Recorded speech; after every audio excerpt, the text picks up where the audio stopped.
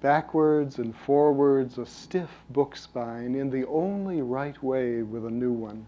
I knead and knead. After a while, I bend down to put my nose in the fresh smell of print, then lean back and press more leaves from the middle. Reaching the middle, I could read both ways, backwards and forwards from nothing. Or stop before beginning again, a book with a limber spine, useful for others. Stop at halfway what is not begun, except for the caress of dumb and slow-working hands. I sometimes at Temple teach in science halls, chemistry halls, and there's Mendeleev's whole business, the periodic table on the wall. And I got to relate to that because everybody's looking at that, half looking at right eye on periodic table, left eye on me. Or sometimes there's a blackboard that's filled with formulas. In fact, I heard Hugh Kenner talk about Ezra Pound and Williams at the University of Pennsylvania. He said somebody should go around to American colleges, all of them, Penn, Harvard, Temple, Wilkes, Scranton.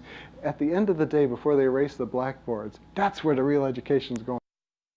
I mean, in between the different fields. And he was explaining a lot of Pound's cantos by the kind of fascination of in-between fields.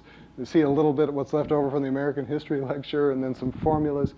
This is about those formulas. You come in, your life is crowded and with disasters and hopes and nice things and bad things, and you see E equals mc squared. What do you do about it? The formulas appear conserving themselves back and forth over an equal sign.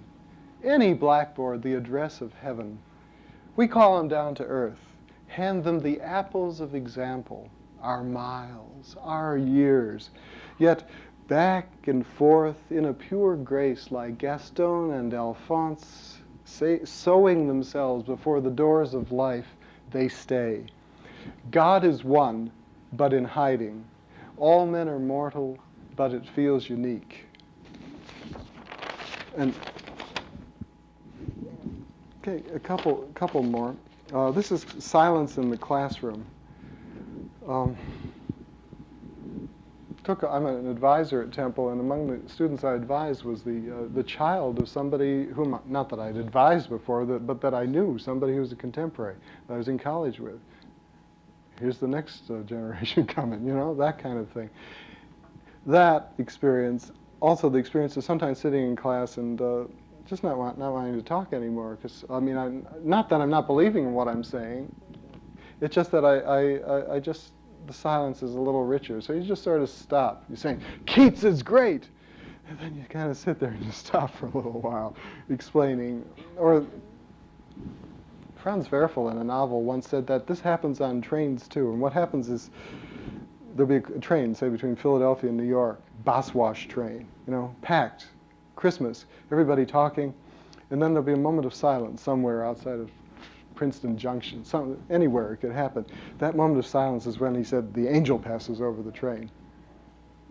Well, there are these moments of silence in class. There's no end to the great creative innocence that keeps sending the dear next ones so openly among us. For whole moments, I find the years unuseful. Nothing comes to mind, nothing to tip of tongue, not one stout cortez of a word to insert its human sound in the silence. For whole moments only to be mortal and have successors canted around this table like an edge, each one toward his darkness, her sunlight, and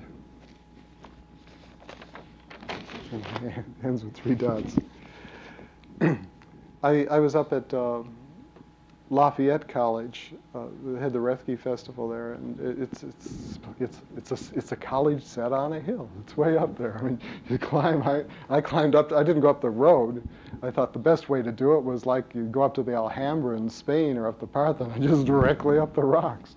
So I climbed up to the college. But the sense of what it was like when it was a college in the woods, like when any college, you know, there was woods and there was a college, and I got thinking about what is Ur College? What do you need to have a college?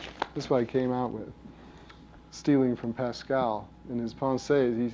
He's got this line: The eternal silence of these infinite spaces scares me. Sounds better in French. Le silence éternel de ces espaces infinis m'effraie. I translate that. I take it right into the poem. This is called The College as Given. A cold night and the hustle of horses through the Appalachian woods for hours gave us the college. It seemed little more than a gatehouse, though the log fire, the volume of Pascal open on a walnut table made it college enough in the early 19th century, made the infinite silence less fearful. Here's a poem about everything all at once. It's about what it feels like to learn.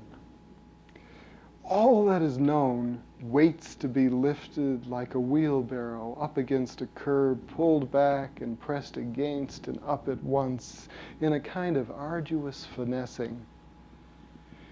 The weight of what is known rolls by itself, then toward the next curb.